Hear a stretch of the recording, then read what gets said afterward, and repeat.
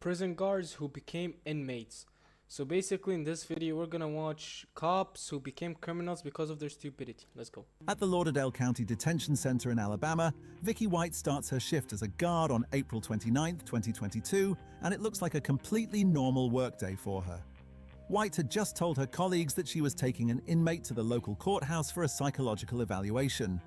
But shortly afterward, this footage was recorded, showing Vicky walking out through the back door of the jail and, about half a minute later, coming back with a broad-shouldered inmate, about 2 meters tall. It's Casey White, a convicted criminal who is considered particularly dangerous. He is still wearing handcuffs and his inmate uniform. That is great. She opens the car door for him. He gets in and then she climbs into the driver's seat and So far drives it's off. pretty normal. It's pretty normal. At first glance, everything looks normal, but then the other staff notice something. No second correctional officer got into the car, even though inmates are always required to be escorted by 2 officers. On top of that, Vicky has a firearm with her, which is strictly forbidden inside the prison walls. 6 hours pass before her colleagues at the jail realize there was never any courthouse appointment and that Vicky has just helped a criminal escape.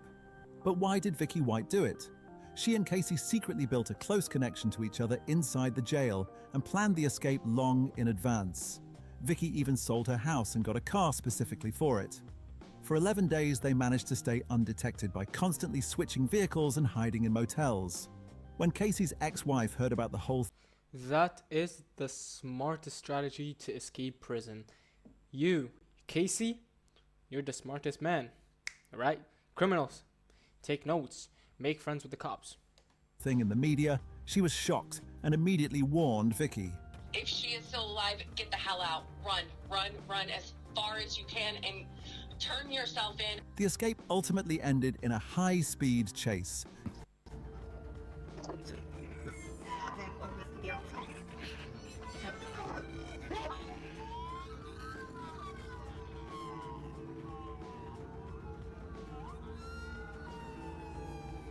Casey surrendered, but Vicky shot herself, likely because she knew that otherwise she would end up behind bars, just like Casey.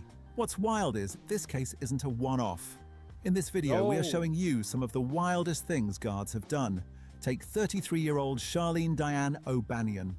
She also had a relationship with an inmate that went way too far.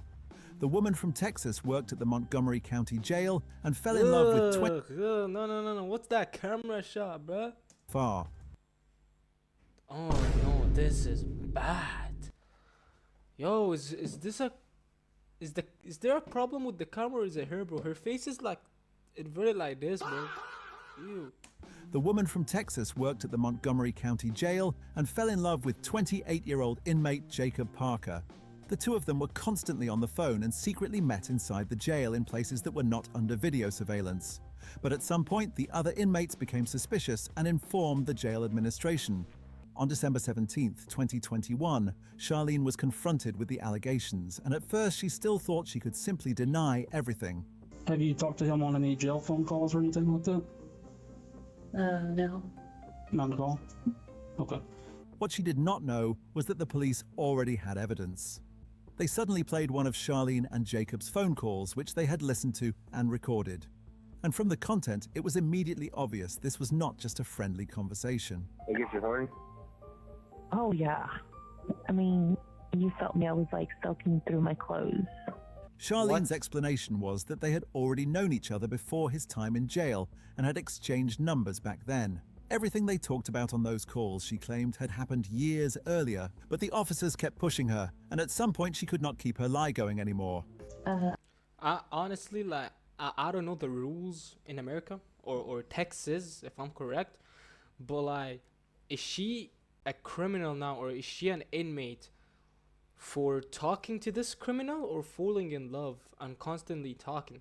Because like the other one is worse. She broke the guy out, bro, out of jail, bro, but she's in jail with the guy, but they're just talking on phone calls. So why is she an inmate now? That's what I'm asking. I might have given him a blowjob at that party. How well? Never mind. The question has been answered. I'm so sorry. This woman said BJ's. Get out, bro. We go with that. 2 months ago, How long have you worked here? since April. Since April this year? Mhm. Was he already here? He was right here. And then it suddenly hit her what the consequences would be. Would I go to jail? That's up to the DA's office. In fact, she was later sentenced to 100 days in jail and suspended from her job. Now let's move on to another prison guard who had all of New York on edge for several days. This is about 51-year-old Joyce Mitchell, an employee at the maximum security prison Clinton Correctional Facility. This prison was considered virtually escape-proof, but it turned out there actually was a way to get out with Joyce's help. But let's start from the beginning. Joyce secretly began building relationships with two inmates, Richard Matt and David Sweat, both convicted murderers. They worked in the prison tailor shop, which Joyce Mitchell supervised and where she saw them regularly.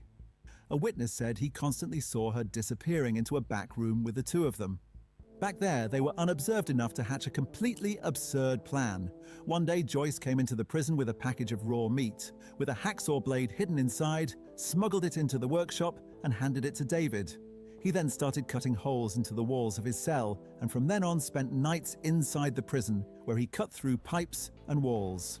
On June 5, 2015, he had worked his way far enough that he and Richard actually managed to escape through the sewer tunnels.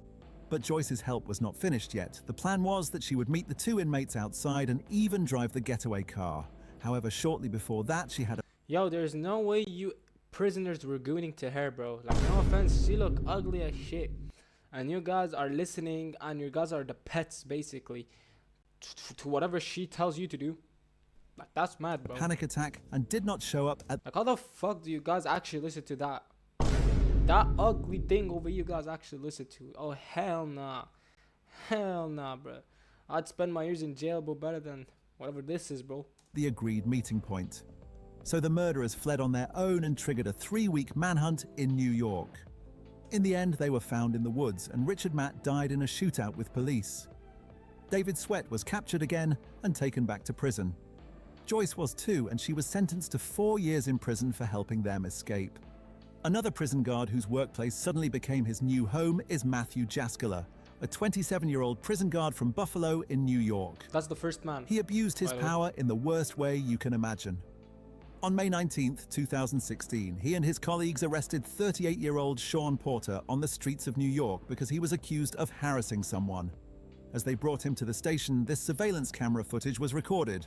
You can see a guard dragging Sean Porter face first through a door by the guard and then smashing his head against an edge. The other staff watch the scene, and one of them even laughs. Yo! After that, Jaskula drags Sean Porter across the floor while Porter curls up in pain. The other officers watch calmly as Porter's clothes... Yo, I don't think that's allowed. Bro, no, bro. Okay, thank God you're in jail, you fucking asshole, bro. The guy didn't do nothing, bro. The guy was hesitant, bro. The guy didn't even try to attack, try to escape, didn't do shit, bro. Just standing still, all of a sudden, he just sees himself getting dragged on the floor, bro. Watch this shit again, bro. Absolutely nothing. Nothing.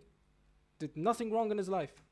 ...by the guard and then smashing his head against an edge. The other staff watch the scene, and one of them even laughs. After that, Jaskula drags Sean Porter across the floor while Porter curls up in pain. The other officers watch calmly as Porter's clothes are ripped off and he is strapped into a restraint chair. He is left there alone for a full 45 minutes while he bleeds heavily. Another clip shows him later leaving the holding cell barefoot and without pants and being put into a police vehicle. As it later turned out, he actually broke his nose because of what happened. With all these brutal images, there is really only one question. Why was he treated like this? And the sad answer is that Jaskula attacked him completely arbitrarily and without any reason, just because he thought he could do whatever he wanted. The court verdict proved he was absolutely wrong.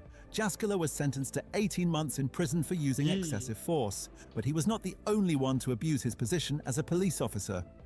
There is another case where an officer used his experience as a cop to give himself an advantage. We are talking about 56-year-old Grant Hardin, an extremely dangerous criminal from Arkansas who used to work as a police officer but ended up in prison for murder and rape. Because of his previous job, he knew the routines of the officers and the weak points in the building inside and out. But why? You retired as a police officer, be proud of it. You look like a father, and that's what you do? Well, have some dignity, bro.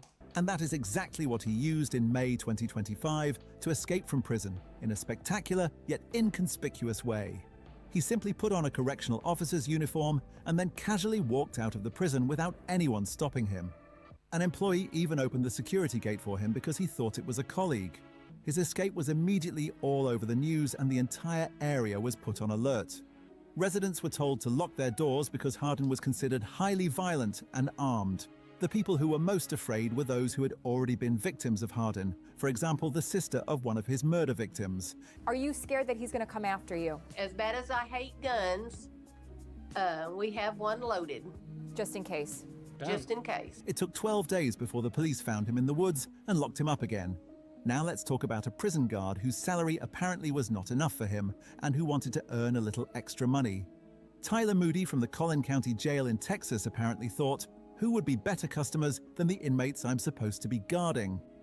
In October 2022, he actually went so far as to smuggle a phone into the jail for an inmate. In return, the inmate paid him, and that inmate was not in jail for something minor, but for murder, which makes it even worse. But the business model was not quite as profitable as he hoped, because another guard found the phone under the inmate's mattress, and Tyler was held responsible. His sheriff, Jim Skinner, then called him in for a talk. Moody, I understand that you've offered your resignation. Is that correct?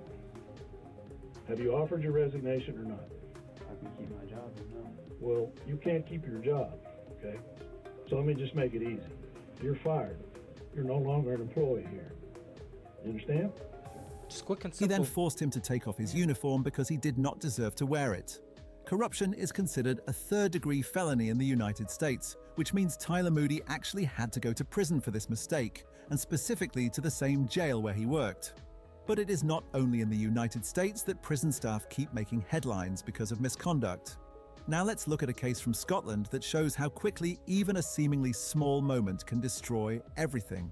In the summer of 2021, a young officer named Rachel Wilson caused a stir at Addywell Prison after intimate footage of her and inmate Kevin Hogg surfaced.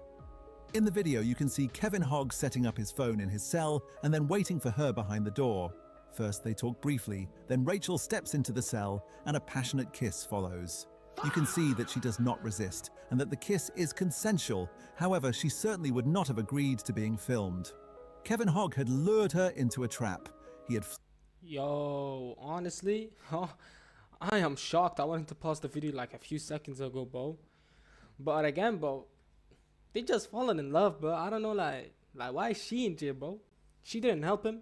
She didn't give him a phone. She didn't tackle him. She just kissed him. Is that also illegal? Like, the fuck? flirted with her a lot beforehand and wanted to prove to the other inmates that he could get an officer to kiss him. So it was all just bragging. But for Rachel, it meant she lost her job. But I know some people deserve to lose their job. Yeah, as we just saw in the video, like you broke the inmate's nose for no reason. But like this one, you just kissing him, like kissing. I don't know how does that. Like, is there a law that says that police officers can date prisoners now? No, I don't know, but I'm kind of slow or stupid, bro, if I don't know this. But anyways, hope you guys did enjoy the video. Make sure you guys like and subscribe, turn on those post notifications so you don't miss another upload. Without further ado, I hope you guys have a fantastic day. Stay blessed. See you on the next one. Peace out.